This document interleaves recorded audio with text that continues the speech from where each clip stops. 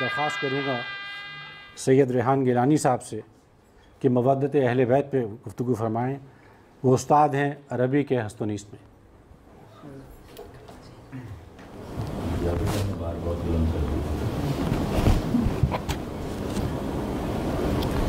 بسم اللہ الرحمن الرحیم. حکم ہوا تھا کہ آج کل اور پرسوں تینوں دن مودت اہل بیت کے حوالے سے کچھ گفتگو کی جائے. تو آج اس سلسلے کی مقدماتی گفتگو ہے. کل ہم اسے اور آگے بڑھائیں گے اور پرسوں انشاءاللہ ہم اس کی اختتامی طرف جائیں گے. میں اپنی معروضات قاضی صاحب بڑی شکستہ سی اور خستہ سی پیش کروں گا. الحمدللہ بعدد مخلوقات ہی و بحسب شأن ہی و صفات ہی و الف الف سلام و الف الف صلاۃ علی رسول ہی و علی آل رسول ہی. مودت اہل بیت یا محبت اہل بیت ایمان کا لازمی جزو ہے. یہ ہمارا مفروضہ ہے اور ہم اس کو دیکھتے ہیں کہ یہ واقعی حقیقت ہے، اور اگر حقیقت ہے تو کیوں اور کیسے. سب سے پہلے تو سوال یہ ہے کہ ایمان کیا ہے. ایمان کیا کسی علم کا نام ہے، کیا کسی یقین کا نام ہے، یا ایمان ایک کیفیت ہے. متکلمین اور فلاسفہ اور اہل العقائد جنہیں ہم کہتے ہیں، وہ یہ کہتے ہیں ایک چیز ہوتی ہے شک. شک یہ ہے کہ آپ احتمال رکھیں، ڈاؤٹ رکھیں، اور وہ متساوی الطرفین ہو دو چیزوں کے مابین، کہ لا الہ ہؤلاء و لا الہ ہؤلاء، نہ ادھر ہیں نہ ادھر ہیں، درمیان میں. یہ ہے شک. اور شک سے جب ہم ایک سٹیپ آگے جاتے ہیں تو ہم کہتے ہیں کہ ظن ہے. یہ ظن کیا ہوتا ہے؟ جہاں دو اطراف میں، دو پلڑوں میں سے ایک پلڑا تھوڑا سا بھاری ہوتا ہے، وہ ظن ہے. اور جب وہ ظن گمان غالب یا ظن غالب کی طرف بڑھنا شروع ہوتا ہے، وہ پلڑا نیچے جانا شروع ہوتا ہے، تو وہ یقین کی کیفیت میں بدلنا شروع ہوتا ہے. اب یقین کے متعلق وہ یہ کہتے ہیں کہ یقین ایک قضیے کا ایسا اعتقاد ہے کہ اس اعتقاد کے ساتھ ایک اور اعتقاد بھی ہوتا ہے کہ یہ قضیہ جیسا ہم سوچ رہے ہیں ویسا ہی ہے، اور دوسرا اعتقاد یہ ہوتا ہے کہ اس کے علاوہ یہ نہیں ہے. یہ یقین ہے کہ ایسا اعتبار، ایسا اعتقاد کہ ایک چیز ہے اور اس کا برعکس، اس کا اپوزٹ نہیں ہے، یہ یقین ہے. لیکن خان صاحب، قاری صاحب اور باقی صاحبان علم، یہ بھی ایمان نہیں ہے. ایمان کیا ہے؟ ایمان کی سرحد یہاں سے شروع ہوتی ہے، یہاں سے آپ ایمان میں داخل ہوتے ہیں. اس کے آگے پھر جسے ہم کہتے ہیں علم الیقین، حق الیقین اور عین الیقین، جسے ہم کہتے ہیں اسلام، ایمان اور احسان حدیث جبریل کی روشنی میں. لیکن وہ ایمان کیا ہے؟ وہ ایمان کیفیت ہے. اور اگر ہم تیقن کے ساتھ کہیں تو وہ ایمان کربلا ہے. وہ ایمان بلال حبشی ہے جب تپتے صحرا میں اس کے اوپر کوڑے برسائے جا رہے ہیں، اس کی پیٹھ ننگی ہے اور وہ کہتا ہے احد احد. وہ خباب ہے جسے کوئلوں کے اوپر لٹایا جا رہا ہے اور وہ کہتا ہے رسول رسول. اور وہ کربلا ہے. یہ ہم آخری گفتگو میں دیکھیں گے کہ وہ کیسے ہے. وہ احسان، وہ ایمان کی اعلیٰ ترین کیفیت کربلا کیوں کر ہے. اب ایمان تو یہ ہے. مودت اہل بیت یا محبت اہل بیت، وہ ایمان کا جز یا ایمان کیسے ہے؟ اس میں تین باتیں ہیں. تین طرح ہم اس کو ایمان کا جز کہیں گے. اور جزو لا ینفک، ایسا جز جسے ایمان سے جدا کر دیا جائے تو ایمان باقی نہیں رہے گا، کامل نہیں رہے گا، وہ ناقص ہو جائے گا. ایک بات یہ ہے کہ رسول خدا نے اور اللہ تبارک و تعالیٰ نے قرآن و حدیث، جنہیں ہم نقل کہتے ہیں، یا وہی مطلوب اور وہی غیر مطلوب، جو ہمارے بیسک دو سورسز ہیں بحیثیت مسلمان، ان کی روح سے اہل بیت سے محبت اور مودت یہ واجب قرار دی گئی. دوسرا پوائنٹ یہ ہے جس پہ ہم نے زیادہ گفتگو کرنی ہے اور جو ہمارا اینڈ پوائنٹ ہوگا، وہ یہ ہے کہ اہل بیت اطہار کی ذات رسول خدا کی ذات کا جز ہے. ذات رسول میں ذات علی، ذات فاطمہ، ذات حسن و حسین شامل ہیں، ان کو ایک دوسرے سے جدا نہیں کیا جا سکتا. تو ذات رسول سے جو محبت ہے وہ اہل بیت اطہار سے بھی محبت ہے. اور ذات رسول سے محبت جس طرح ایمان کا جزو لا ینفک ہے، ویسے ہی اہل بیت اطہار سے محبت بھی ایمان کا جزو لا ینفک ہے. اور تیسرا مقدمہ یہ ہے کلسب کہ اہل بیت اطہار دراصل ایمان ہے. ان کی شخصیات،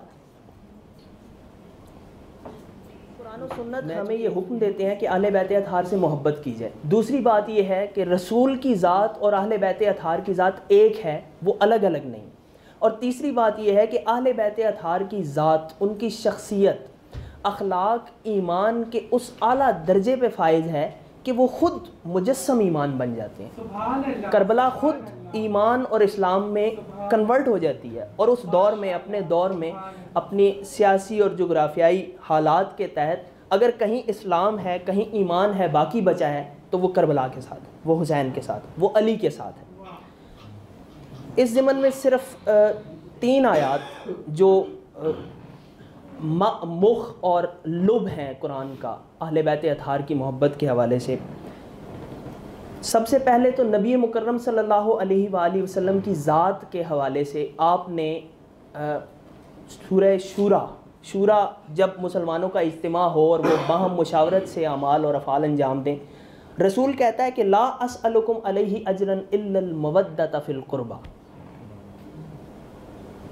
قرآن کو جاننے والے، قرآن کے طالب علم یہ جانتے ہیں کہ قرآن کے 2 اسلوب ہیں. ایک کو ہم کہتے ہیں ایجابی، ایک کو کہتے ہیں سلبی.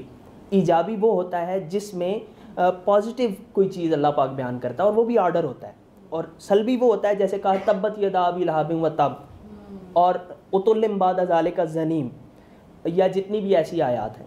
تو یہ سلبی آیت ہے. اس کا مطلب یہ ہے کہ اسألکم علیہ اجرا واحدا وہو مودۃ فی القربہ یا وہو ان تعدوا اہل بیتی.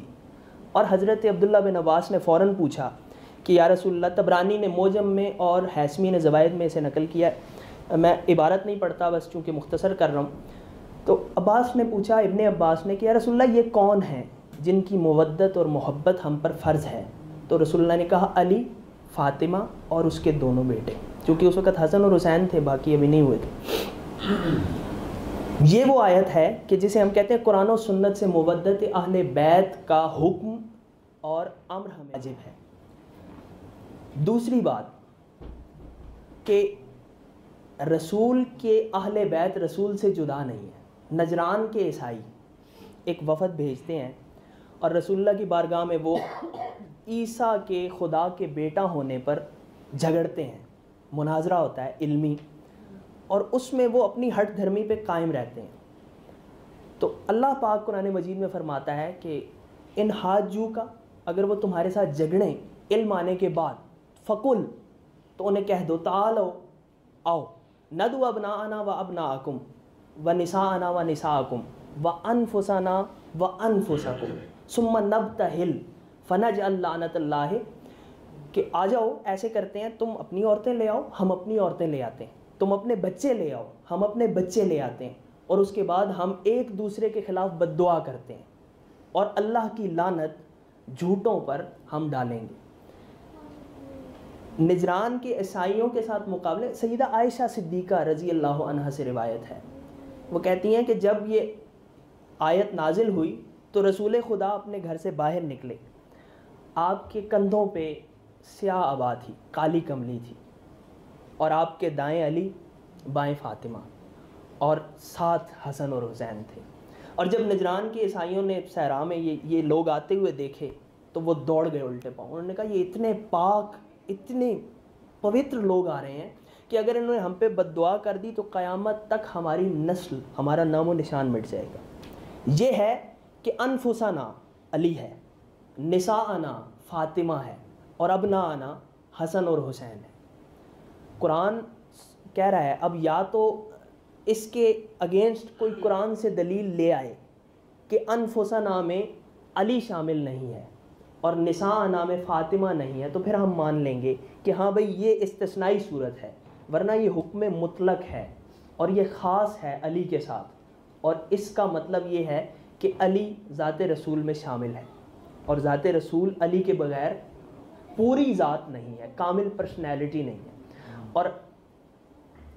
اور مومنوں کے لیے یہ ہے کہ مومنوں کی پہچان یہ ہے کہ وہ النبی اولا بالمؤمنین من انفسہم، کہ نبی کی ذات مومنین کے لیے ان کی جانوں سے بڑھ کے ہے، اور رسول نے کہا کہ والذی نفسی بیدہ، اس ذات کی قسم جس کے قبضہ قدرت میں میری جان ہے، لا یؤمن احدکم حتی اکون احب الیہ من والدہ وولدہ والناس اجمعین، کہ تم میں سے کوئی اس وقت تک مومن نہیں ہوگا جب تک وہ مجھے، میری ذات کو، اور یہ رسول کی پوری پرسنالٹی ہے، اس کی شخصیت ہے، کیونکہ محبت کیفیت ہے، اور جب رسول سے محبت ہے تو اس کے لحم کا لحمی جسے کہا، جسم کا جسمی جسے کہا، علی کو، فاطمہ کو بدعۃ منی کہا، تو ان کے ساتھ محبت بھی ضروری ہوگی۔ تو کنکلوژن یا اختتام یہ ہے، لباب یہ ہے کہ اہل بیت اطہار کی مودت رسول اللہ کی مودت کی طرح لازمی ہے۔ اس کی 3 وجوہات ہیں۔ ایک، قرآن و سنت ہمیں براہ راست اس کا حکم دیتے ہیں۔ نمبر 2، اہل بیت اطہار کی ذات رسول کی ذات میں شامل ہے۔ اور نمبر 3، اہل بیت اطہار اپنی اخلاق، کردار، اپنے ایمان اور اپنی روحانی پرسنالٹیز میں اس درجے پہ فائز ہیں کہ وہ پورا ایمان بنتے ہیں، اور اس کے لیے آیت کیا ہے؟ انما یرید اللہ لیذھب عنکم الرجس اہل البیت ویطہرکم تطہیرا۔ تقریباً اجماع ہے، اگرچہ یہ اس کا سیاق و سباق یہ کہتا ہے کہ امہات المومنین کی گفتگو ہو رہی تھی اور اس کے بعد یہ آیت نازل ہوئی، لیکن شان نزول یہ کہتی ہے کہ یہ ایک الگ وقت پہ نازل ہوئی، اور تمام علماء نے اس کے ضمن میں باقی سب کچھ تو لکھا ہے، لیکن یہ ضرور لکھا ہے کہ یہاں مراد حسن، حسین، علی اور فاطمہ ہے۔ اور رسول خدا کا معمول تھا، وہ حجرے سے نکلا کرتے تھے صبح کی نماز پہ، تو وہ دروازہ نوک کر کے فاطمہ اور علی کا کہا کرتے تھے الصلاۃ الصلاۃ انما یرید اللہ لیذھب عنکم الرجس اہل البیت، کہ خدا تم سے رجس دور کرنے کا ارادہ کرتا ہے، نماز پڑھو۔ تو یہ تیسری بات ہے۔